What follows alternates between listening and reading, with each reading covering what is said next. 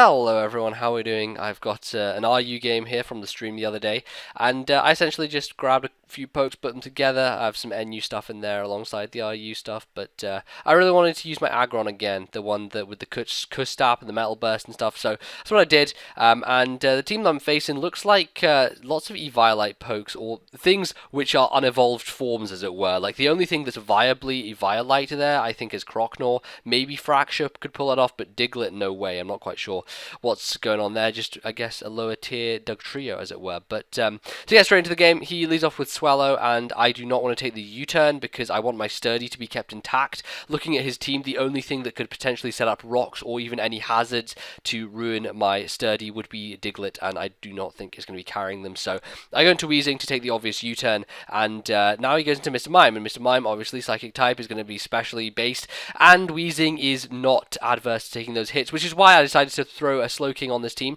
because it patches up Weezing's weakness quite nicely, obviously being resistant to Psychic and being, I guess, decently specially defensive enough to take it. I think Slowking's probably more physically defensive, but it takes special hits well enough, and as you can see, the Psychic pretty much does nothing. So he goes for a Calm Mind, and I wasn't really sure what this Mr. Mime was going to do to me.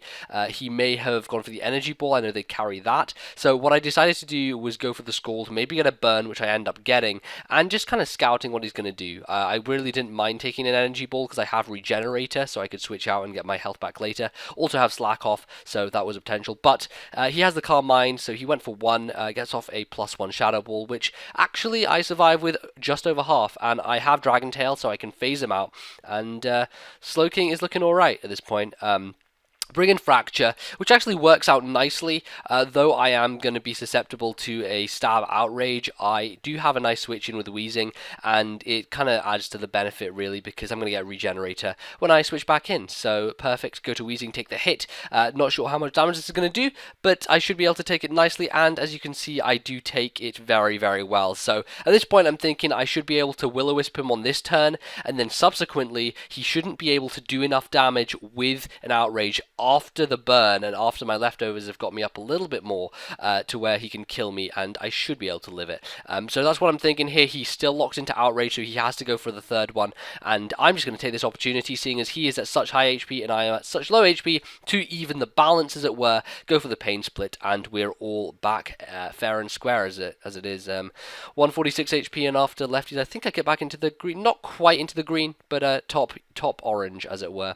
I probably didn't want to take another Outrage, but I was thinking, well, he's not really going to be wanting to stay in anyway. He's most likely going to switch because he's confused and there's the chance he's going to hit himself. So it made sense to just stay in Sludge Bomb and hit the switch in, which so happens to be Mr. Mime.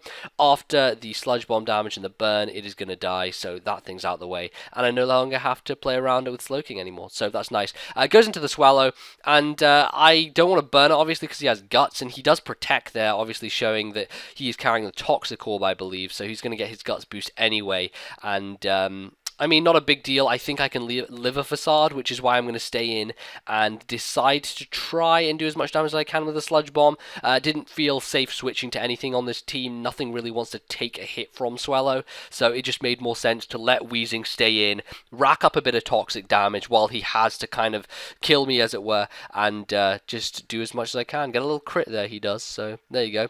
I guess that's perhaps foreboding of things to come. We'll see. Anyway, I decide to go straight into my Medicham. It is a Choice Scarf variant, which means I'll be able to outspeed any kind of Swallow unless he was running a Scarf one, but as we can clearly see, he's running a Poison Orb one, so take it out with a Psycho Cut. Psycho Cut basically hit everything on his team for neutral, so it made the most sense to go for that move. I didn't want any resistances switching in or anything, so kill it, take down the Swallow, and in comes Magmortar, which is probably Scarfed itself, and I wasn't sure as to how much a Psycho Cut would do, if it would even take it out. I think I can outspeed Magmortar with Scarf Medicham, if it's Scarf on Scarf.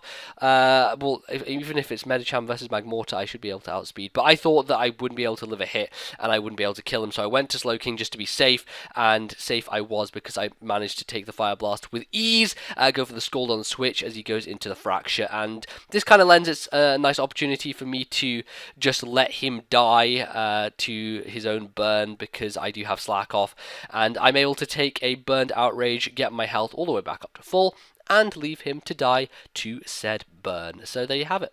Fracture dealt with was a little bit of a pain, but definitely not as potent as Haxorus, for sure. That Haxorus would be devastating. Fracture, not so much. But goes into Magmortar. Thunderbolt is going to do a sizable chunk, I guess. It's not going to do a huge amount just because he doesn't have the stab going for him. You know, when moves lack stab, they generally don't do as much of a dent as you'd like them to, even if they hit on the super effective spectrum. And Scald, as you can see, is going to do a decent amount of damage to where it's a 2-hit KO with ease, and at this point I am not too worried about Slowking living anymore. I think it's going to really be best equipped to take Magmortar down, and then after that nothing on his team is really that threatening. Croconaw may look a little bit annoying, so it'd be nice to have it for resistances to the water type stuff, but he does have the Diglett and he does have Arena Trap, so it makes sense for him to go into this thing, Earthquake me, and you know, trap me in here because I can't really switch. So Dwight goes down, falls down the little hole, and I see he's a Life Orb Diglett, so I'm thinking, okay, that's good. He should have just completely offensive moveset. Go into Aggron, and I try to go for the Metal Burst, thinking he's going to Earthquake me so I can Metal Burst him, and then on the next turn I can use Endeavor on what it comes in. Unfortunately, he's running a sub-Life Orb Diglett, which is like, really? Okay, little bit frustrating. It basically just doesn't allow me to take out 2 pokes, it only allows me to take out 1, as it were. Because, well, I have to go for Metal Burst on the sub, and then I can Endeavor him down. Once he's Endeavored down to the same amount of HP as I'm at, he'll die from his own Life Orb Recoil. So there you go. And actually, thinking about it, I don't think that I wouldn't... I don't think I would have been able to Endeavor the thing anyway, because he would have most likely brought in his Croconaw, which I find out later has Aqua Jet. So maybe it didn't make that much difference in the end. I mean, if you think about it. Honestly, doesn't really matter. Not a big deal. So anyway, he only has this Croconaw left, I believe. I have 3 guys. I have the Shit Stain, I have Swellow, and I have Medicham. So shouldn't be too difficult a task to take this thing down. I decide to go for the normal Gem Boosted Explosion.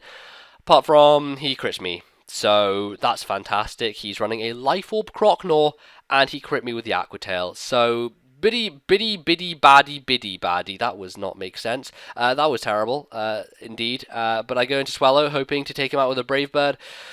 Doesn't happen because he crits me again with Aqua Jet, and I'm like, wow, this is crit city right now. This is not good. And as you can see, Brave Bird doesn't actually take him out, which means that he is now in torrent range. So now I'm getting a little bit scared because Medicham is still to come in, and Medicham could potentially die from an Aqua Jet if he crits me because of the torrent boost. Thankfully, though, I don't die. I live with half, and I'm able to kill this thing off with a Thunder Punch. So that is going to eliminate him, make it a narrow 1-0, which I don't think it really should have been that close. Unfortunately, those couple of crit lent him a little bit more of leeway, but in the end, I was able to clean up the game, take it down, finish it off, and we were done. So there you go. Hope you guys enjoyed this narration. Hope you guys enjoyed the video, the RUs.